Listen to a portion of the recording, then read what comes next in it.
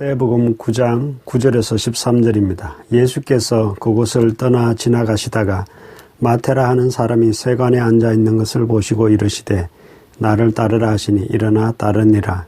예수께서 마태의 집에서 앉아 음식을 잡수실 때 많은 세리와 죄인들이 와서 예수와 그의 제자들과 함께 앉았더니 바리새인들이 보고 그의 제자들에게 이르되 어찌하여 너희 선생은 세리와 죄인들과 함께 잡수시느냐. 예수께서 들으시고 이르시되 건강한 자에게는 의사가 쓸데없고 병든 자에게라야 쓸데있느니라. 너희는 가서 내가 긍휼을 원하고 제사를 원하지 아니하노라 하신 뜻이 무엇인지 배우라. 나는 의인을 부르러 온 것이 아니요 죄인을 부르러 왔노라 하시니라. 아멘. 예수님께서 이 땅에 오신 목적을 밝히신 그런 이야기인데요. 예수님께서 길을 가시다가 마태라는 사람이 세관에 앉아 있는 것을 보시고 그를 향하여 나를 따르라 하셨습니다. 마태는 즉시 예수님을 따랐고 그의 제자로 편입이 됩니다. 바로 이 마태가 오늘 우리가 알고 있는 마태복음의 저자 마태입니다. 그의 직업은 세리였습니다. 마태는 예수님을 모시고 자신의 집에서 잔치를 열게 되는데요. 당연히 그 자리에는 동료 세리들이 많이 와 있었겠지요. 이 장면을 보고 바리새인들이 큰 충격을 받게 됩니다. 그리고 그들은 예수님께는 말을 못하고 제자들에게 이렇게 이야기하죠. 너희 선생은 어찌하여 세리와 죄인들과 함께 식사하시느냐라고 했습니다.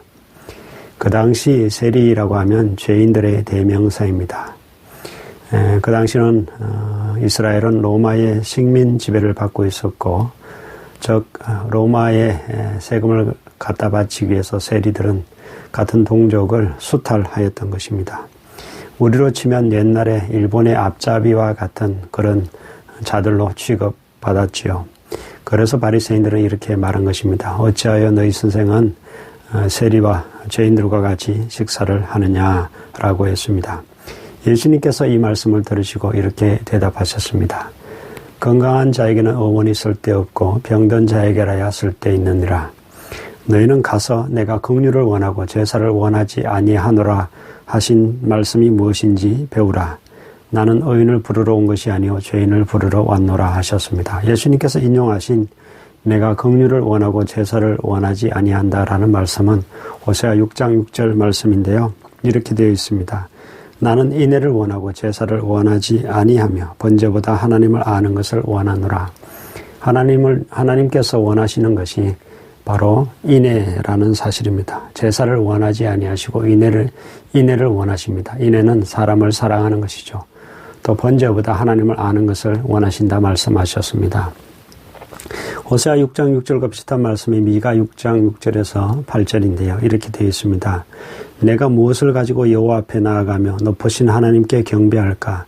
내가 번제물로 1년 된 송아지를 가지고 그 앞에 나아갈까? 여호와께서 천천의 순양이나 만만의 강물 같은 기름을 기뻐하실까? 내 허물을 위하여 내 맏아들을 내 영혼의 죄로 말미암아 내 몸의 열매를 드릴까?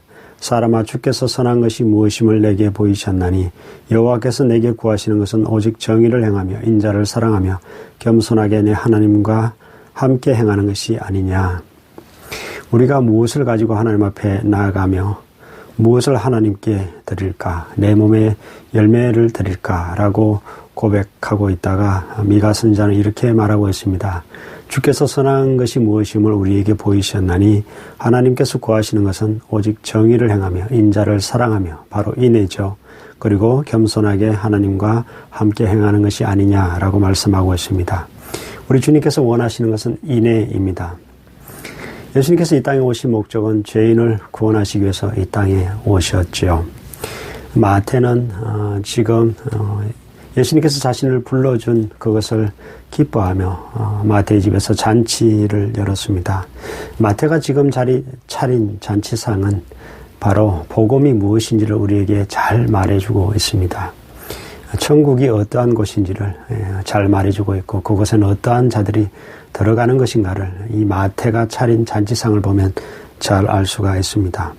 사도 바울은 이렇게 고백했습니다. 자신은 죄인 중에 괴수라고 하지만 예수께서는 죄인을 구원하시려고 세상에 오셨다라고 고백하고 있습니다.